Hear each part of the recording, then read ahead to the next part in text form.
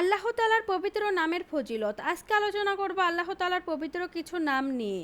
এই নামগুলো পাঠ করলে আপনারা যে যে উপকার পাবেন তা নিয়ে আজকে আলোচনা করব। প্রথমে আলোচনা করব আল্লাহ তাআলার পবিত্র নাম ইয়া তাওয়াবু নিয়ে। ইয়া তাওয়াবু অর্থ হলো হে তওবা কবুলকারী। কেউ যদি আল্লাহ তাআলার পবিত্র নাম ইয়া তাওয়াবু 21 বার পাঠ করে তওবা করতে পারে তাহলে সাথে সাথে আল্লাহ তাআলা তার তওবা কবুল করে নেবেন। সুবহানাল্লাহ। আপনি যদি কাউকে বাধ্য করতে চান তাহলে রাতে ঘুমানোর আগে বুকে ডান হাতে রেখে তার কথা স্মরণ করে আল্লাহ তাআলার পবিত্র নাম ইয়া তাওয়াবু 11 বার পাঠ করলে ইনশাআল্লাহ সে আপনার বাধ্য হয়ে যাবে। যদি কোনো আসামি হাকিমের দিকে চেয়ে আল্লাহ তাআলার পবিত্র নাম ইয়া তাওয়াবু পাঠ করতে থাকে তবে ইনশাআল্লাহ হাকিমের মন তার প্রতি সদয় হবে। আল্লাহ তাআলার পবিত্র নাম ইয়ামুন তাকিমু। ইয়ামুন তাকিমু অর্থ হলো হে প্রতিশোধ গ্রহণকারী।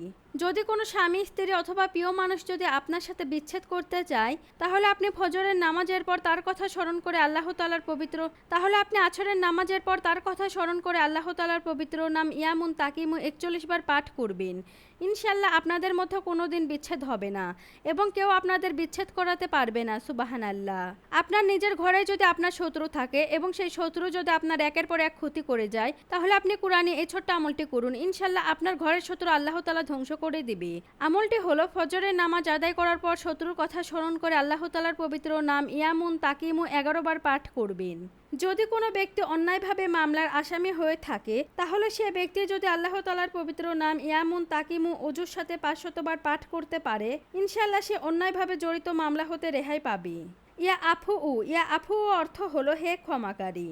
যদি কোনো স্ত্রীর স্বামী বদমেজাজি হয় তাহলে সেই স্ত্রী যদি আল্লাহ তাআলার পবিত্র নাম ইয়া আফু 101 বার পাঠ করে কোনো খাবারের উপর ফু দিয়ে ওই খাবারটি যদি তার স্বামীকে খাওয়াতে পারে তাহলে ইনশাআল্লাহ সেই স্বামীর বদমেজাজ বরফের মতো ঠান্ডা হয়ে যাবে এবং সেই স্ত্রীর প্রতি আর কোনো প্রকার অন্যায় অত্যাচার করবে না। সুবহানাল্লাহ। ইয়া আওয়ালু অর্থ হলো হে আদি। যাদের ছেলে সন্তান হয় না তারা যদি টানা 40 দিন 40 বার করে আল্লাহ তাআলার পবিত্র নাম ইয়া আওয়ালু পাঠ করতে পারে তাহলে ইনশাআল্লাহ তার ছেলে সন্তান হবে।